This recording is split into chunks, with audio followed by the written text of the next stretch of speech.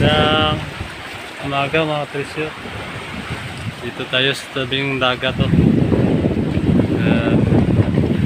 Mayroon tayong nakita dito na puso na mayroong dot. Ayan o. Yan. Doon siya nakaharap. Dito siya nakaharap mga trisyo. Ibig sabihin ay mayroong sekreto doon. Sa taas naman ito mayroong butas-butas yan. Ayan. Mga butas-butas yan. Pababa. Malaking bato yan mga presyo. Dali meron nang nakuha sa area na ito mga presyo noong mga 1998 doon sa area na yon. Kasi kwento ng kakilala natin na yung area na daw na to ay mayroong 3 barko ng Hapon na dumaong sa area na to. Malalim na area yan mga treasure. Bali pupunta tayo doon,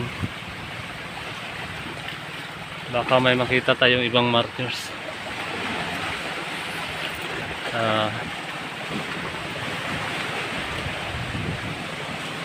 Totoong dinaungan to dito mga treasure. Atin lang tinasyalan, baka mayroon pang mga naiwang palatandaan dito. Ang kwento daw dito mga treasure ay noong kasagsagan ng World War II ay yung papa ng kakilala natin ay nanguhuli siya ng isda. Tapos nagpanghuli niya mga treasure doon siya banda pala Camiguin, Camiguin Island. Doon siya banda at nakita niya yung 3 barko na papunta dito. Siguro lulan yun ng mga ginto at grupo yun ng nagbaon ng mga kayamanan. Dali-dali siyang dumaong kasi baka makita siya at natakot siyang babarilin. Tapos siyang dumaong pumunta siya sa may mga kakahuyan doon sa unahan doon at tinignan niya yung mga Hapon kung ano ang gagawin. Tapos bale kalating araw daw tumambay dito yung mga Hapon doon sa unahan. Kasi mga katreasure, mayroong noong una, mayroon daw yung malaking baliti sa punta doon. Malaking baliti. Tapos mayroong 3 puno ng bago ba, yung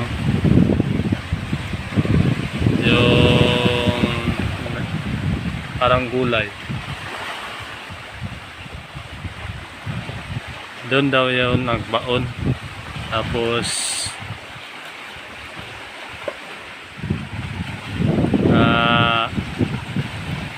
umuwi siya kinaumagahan. Binalikan niya yung area doon pagbalik niya, nagtaka siya. Sa gitna ng 3 puno ng bagod, sa tabi ng malaking baliti, ay mayroon daw ano,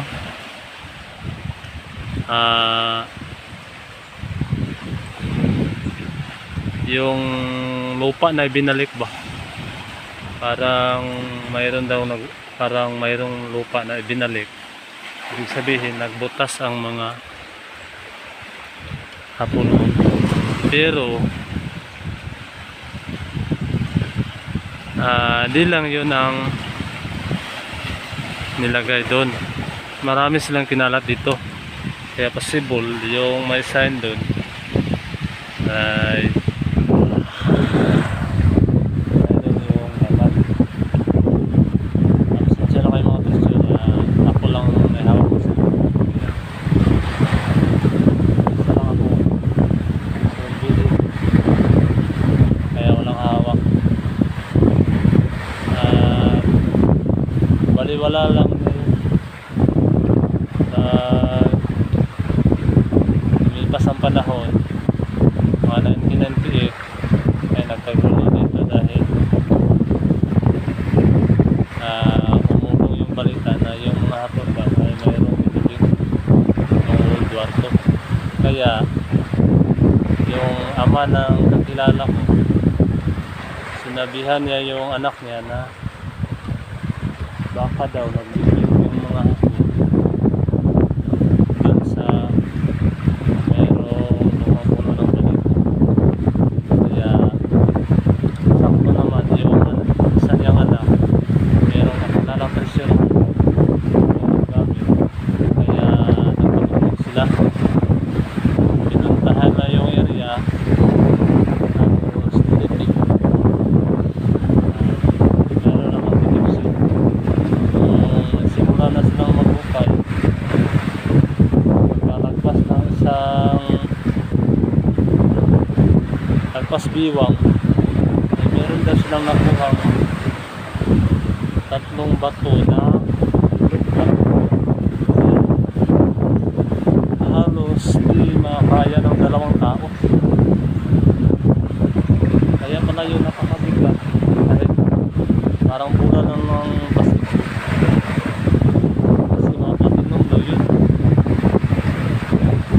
Wala lang silang alam kasi wala silang alam sa treasure ba. Yung may alam, yung may gamit pintor, pagpuntit mo na sa butas, tumunog, malakas yung tunog sa meron pa yung itong bato na pilit. Tapos yung naahon na yung pito, dinipit ulit, medyo mahina na. At sinabi nung nakilala natin na tinanong niya yung may-ari ng detektor kung ano ang gagawin sa pitong bato na bilog. Sabi ng kasama lang may detektor ay tabi lang daw, tabi sa puno ng niyog, tapos natatabunan yun ng mga lupa. Yun pala ay yun na yung hinahanap nila. So umuwi sila ng magahan, balik nila ay wala na yung pitong pinuhanan nung mayroong detektor yung kasama nila, at kamang palad ay nalupos na mga kasi malaking panghinayang nila. Yun na pala yung nahanap nila, yung parang bato lang na bilog. Tapos nabalitaan na lang nila na biglang yumaman yung kasamahan na nila.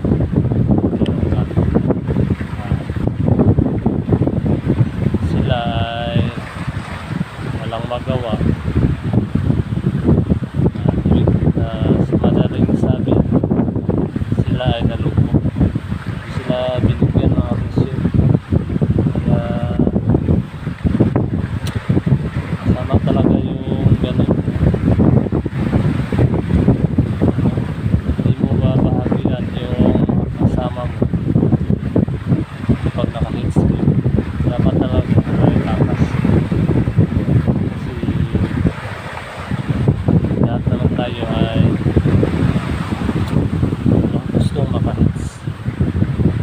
si Norbit ko itong area mga Trisyon.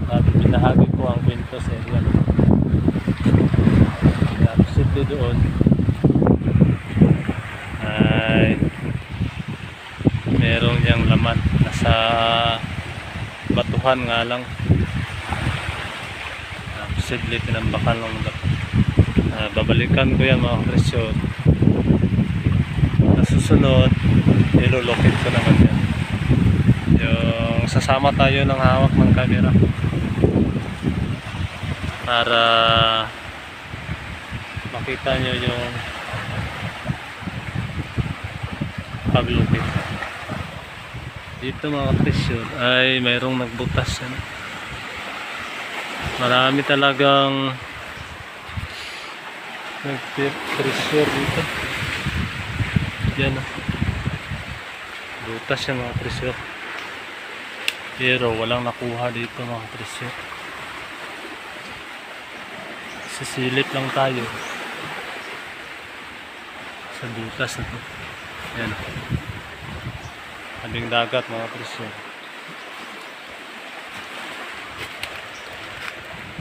Ito yung butas. Tagal na ito mga Trisyon. Ano? Mga 12 feet sigurong lalim nito. Yan. Mayroong malaking puno. Doon sa unahan yung nakunan.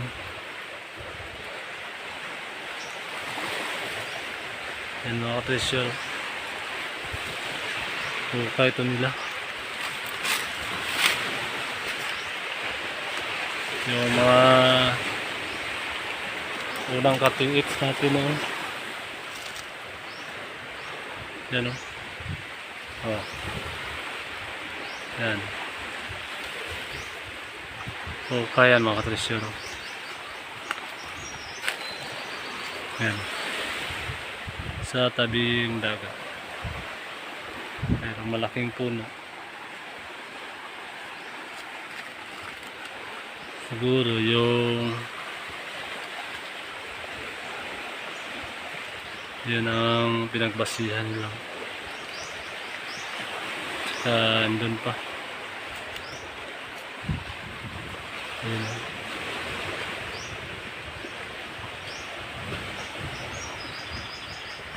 Ito yung hukay na mga Trisyon. Siguro yung nagbutas dito ay yung mga treasure hunter doon. Mga pala mga Trisyon, positive ang area na to kasi mismong mga Hapon ay gumawa sila ng daan dahil kukuha daw sila ng balas doon. Yung pang balas ba? Balas sa dagat. Tapos mga 1 kilometro yung binuldos nila para lang mapuntahan ang area doon. Kasi maraming balas doon. Sabi ng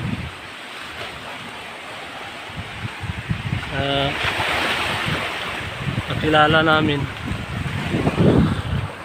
ay yung mga Hapon daw mayroong dump truck. Panahon pa yun ni Pangulong Marcos, yung ama ng Pangulo natin ngayon. Widening sila. Tapos sabi nila wala na silang balas. Kaya pumunta sila sa area na to. Doon. At sinadya talaga lang daanan, gawa ng daan para mapunta ng area na to. Yun pala, hindi yung yung balas ng dagat. inaatake nila. Yun pala ay mayroon silang nirecover. Lahat ng dump truck na bumaba at umakyat ay hindi na bumabalik.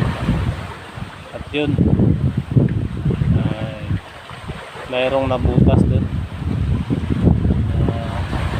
Malaking butas. Tapos natampakan na ng mga maliliit na parang bato-bato na tampakan. At nag-recover pala sila dito. Yung malaking balitit doon. Ay palatandaan na yun. At saka yung Camiguin Island. Isa yan sa palatandaan. Yan lang mga treasure. Maraming salamat sa inyong panonood. At sa mga hindi pa nakapag-subscribe, subscribe kayo sa channel para mag-update kayo sa mga bago kong video. Maraming salamat sa inyong panonood.